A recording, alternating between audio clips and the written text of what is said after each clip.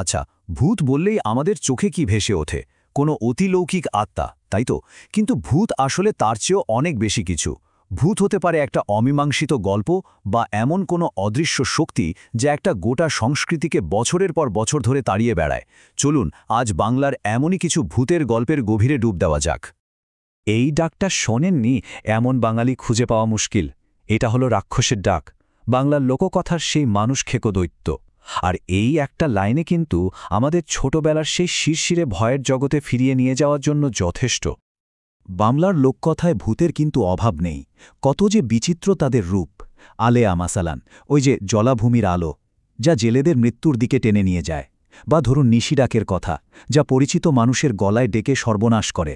আবার শাকচুন্নি বা বেঘভূতের মতো চরিত্রগুলো তো সরাসরি আমাদের সামাজিক আর প্রাকৃতিক ভয়গুলোকেই তুলে ধরে, তাই না? এবার একটা অন্যরকম প্রশ্ন ভাবুন তো একবার, কি হবে যখন ভয়টা আর কোনো কাল্পনিক গল্পে আটকে থাকবে না, যখন ভূতটা হয়ে উঠবে আমাদের মতোই রক্তমাংসের কোনো মানুষ? তখন আমরা এবার এমনই এক সত্যি ঘটনা নিয়ে কথা বলবো যা একটা সময়ে গোটা শহরকে কাঁপিয়ে দিয়েছিল, আর সময়ের সাথে সাথে সেই সত্যি ঘটনায় হয়ে উঠেছে এক আধুনিক লোককথা। স্টোনম্যান। কে ছিল এই স্টোনম্যান? সত্যি বলতে কেউ জানে না। সে ছিল একজন সিরিয়াল কিলার, যার আসল পরিচয়টাই একটা বিরাট রহস্য। তার খুনের ধরন এতটাই ভয়ঙ্কর আর অদ্ভুত ছিল যে মানুষ তাকে আর সাধারণ অপরাধী হিসেবে দেখত না। সে হয়ে উঠেছিল শহরের এক নতুন ভূত, এক বাস্তব ভূত। এই টাইমলাইনটা একবার দেখুন। প্রথমে মুম্বাই, তারপর কলকাতা, একের পর এক খুন, একই পদ্ধতিতে। কিন্তু সবচেয়ে ভয়ের ব্যাপার কি জানেন? কলকাতায় ১৩টা খুনের পর হঠাৎ করেই সব কিছু থেমে যায়। কয়েকজনকে ধরা হয়েছিল ঠিকই, কিন্তু কিছুই প্রমাণ করা যায়নি। কেসটা আজও অমীমাংসিত, আর এই রহস্যই স্টোনম্যানকে একটা কিংবদন্তি বানিয়ে রেখেছে। ২৬। ২ শহর মিলিয়ে স্টোনম্যানের শিকারের সম্ভাব্য সংখ্যা এটাই।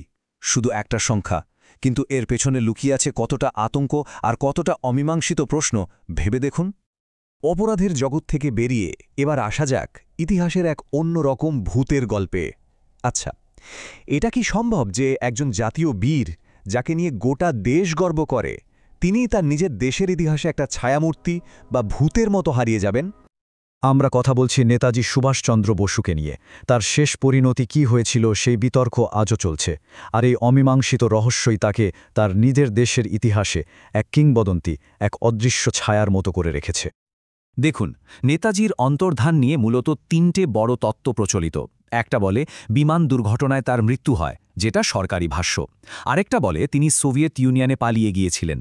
আর তৃতীয়, সবচেয়ে রহস্যময় তত্ত্বটা হল তিনি নাকি গুমনামি বাবা নামে এক সাধু হিসেবে ভারতে ফিরে এসেছিলেন। কোনোটারই কিন্তু কোনো ঠোস প্রমাণ নেই, আর এই উত্তর না থাকাটাই তাকে এক জাতীয় ভূতের গাথায় পরিণত করেছে। আচ্ছা, ভূত মানেই কি সবসময় মৃত বা হারিয়ে যাওয়া কেউ? কি হবে তাদের যারা আমাদের মধ্যেই বেঁচে আছে, কিন্তু যাদের আমরা দেখতে পাই না, যাদের গলার স্বর আমাদের কান পর্যন্ত পৌঁছায় না? হ্যাঁ, সমাজও কিন্তু তার নিজের ভূত তৈরি করতে পারে। এই ব্যাপারটা খুব ভালোভাবে ফুটে উঠেছে সৈয়দ ওয়ালিউল্লাহর অসাধারণ উপন্যাস লাল শালুতে। এই উপন্যাসের ইংরেজি নাম ট্রি উইদাউট রুটস। চলুন দেখি কিভাবে এই উপন্যাসের নারীরা জীবন্ত থেকেও অদৃশ্য হয়ে যায়। এখানে দুটো চরিত্রকে দেখুন। একদিকে রহিমা, যে সমাজের সব নিয়ম, স্বামীর আধিপত্য সব মেনে নিয়ে একদম চুপ হয়ে গেছে, সে যেন থেকেও নেই। আর অন্যদিকে আছে জমিলা, অল্প বয়সে এক মেয়ে, যে এই ব্যবস্থার বিরুদ্ধে রুখে দাঁড়ায়। তার ছোট্ট প্রতিবাদটুকুই যেন গোটা সিস্টেমের দিকে ছোড়া একটা পাথর। কিন্তু কিভাবে এই অদৃশ্য করে দেওয়ার কাজটা করা হয়?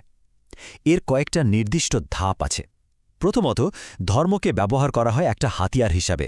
তারপর ভয় আর লজ্জা তৈরি করা হয়, যেমন সন্তান না হওয়ার জন্য নারীকেই দায়ী করা। আর শেষে তার ব্যক্তি স্বাতন্ত্র্যকে পুরোপুরি দমন করে তাকে একটা কণ্ঠহীন বস্তুতে পরিণত করা হয়। এভাবেই জীবন্ত মানুষ ভূতে পরিণত হয়। তো আমরা লোককথা, বাস্তব অপরাধ, ইতিহাস আর সাহিত্য অনেক কিছু নিয়ে কথা বললাম। এখন প্রশ্ন হল, এই সব আলাদা আলাদা গল্পের মধ্যে আসল যুগসূত্রটা কোথায়?